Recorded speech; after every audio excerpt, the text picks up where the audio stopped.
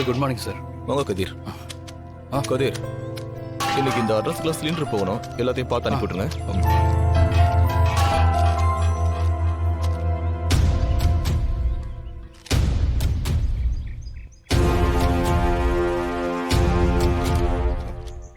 சரி சார், நான் பார்த்துக்கிறேன். ஆ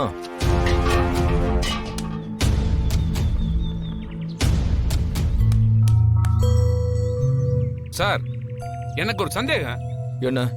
நானும் பாக்குறேன், உங்க பக்கத்துல ஒரு சேர் இருக்கு, யாருமே உட்கார்றது இல்ல, காலியாவே தான் இருக்கு. அதுக்கு எதுக்கு சார் அங்க ஒரு சேர் போடணும்?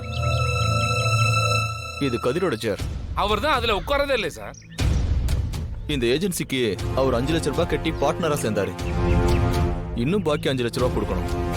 அதை எப்போ கொடுக்கறாரோ அப்போ அவர் ஈக்குவல் பார்ட்னர் ஆயிடுவாரு.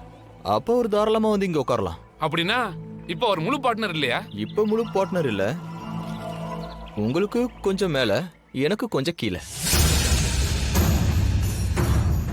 ஆனா அவர் நினைச்சா எப்ப வேணாலும் பணத்தை கொடுத்துட்டு முழு பார்ட்னர் ஆயிடலாம். அவர் பிசினஸை எந்த அளவுக்கு டெவலப் பண்றாரோ, எந்த அளவுக்கு புது கஸ்டமரை கூட்டிட்டு வராரோ, அந்த அளவுக்கு அவருக்கு கமிஷனும் அதிகமா கிடைக்கும்.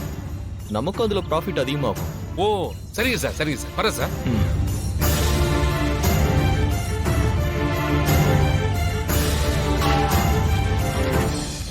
சார், நான் சீக்கிரம் அந்த 5 லட்சத்தை கொடுத்துட்றேன் சார்.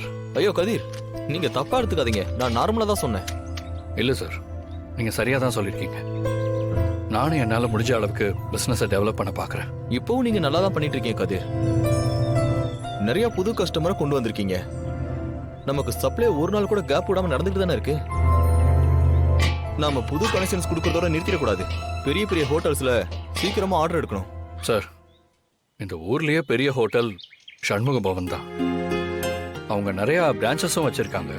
நாமே அவங்கக்கிட்ட ஆர்டர் கேட்கக்கூடாது. ஆக்சுவலாக நமக்கு தான் ஆர்டர் வர வேண்டியது. நான் ட்ரை பண்ணேன், ஆனால் சில விஷயத்தில் நம்ம டிலே ஆனதுனால அது நமக்கு கிடைக்கல. அவங்க மொத்தம் 100 சிலிண்டர் கொடுக்குற மாதிரியான ஆர்டர் அது. நம்ம கிடைச்சிருந்தா நல்ல ப்ராஃபிட் வந்திருக்கும், ஆனால் கிடைக்கல. சார், நான் வேணா திரும்ப அந்த ஓனர்கிட்ட பேசி பார்க்கவா? கதிர், நான் அவர்கிட்ட எவ்வளவோ பேசி பார்த்துட்டேன், ஆனால் அவர் சரிப்பட்டு வர மாதிரி எனக்கு தெரியல. திரும்ப போய் கேட்டா நம்மளை பெருசா மதிக்க மாட்டாங்க. பரவாயில்ல சார், அவங்க எப்படி நடத்தினாலும் அதை பற்றி எனக்கு கவலை இல்லை. நான் ஒரு தடவை போய் ட்ரை பண்ணி பார்க்குறேன். ஏன்னா ஒரு போட்டிலையும் சரி, பிஸ்னஸ்லையும் சரி, ஜெயிச்சவனோட பேரும் வரலாறுல இருக்கும், தோத்தவன் பேர் கூட வரலாறுல இருக்கும். ஆனால் முயற்சியே பண்ணாதவன் பேர் தான் எதுலையுமே இருக்காது சார். பரவாயில்லையே, நல்லா பேசுறீங்க.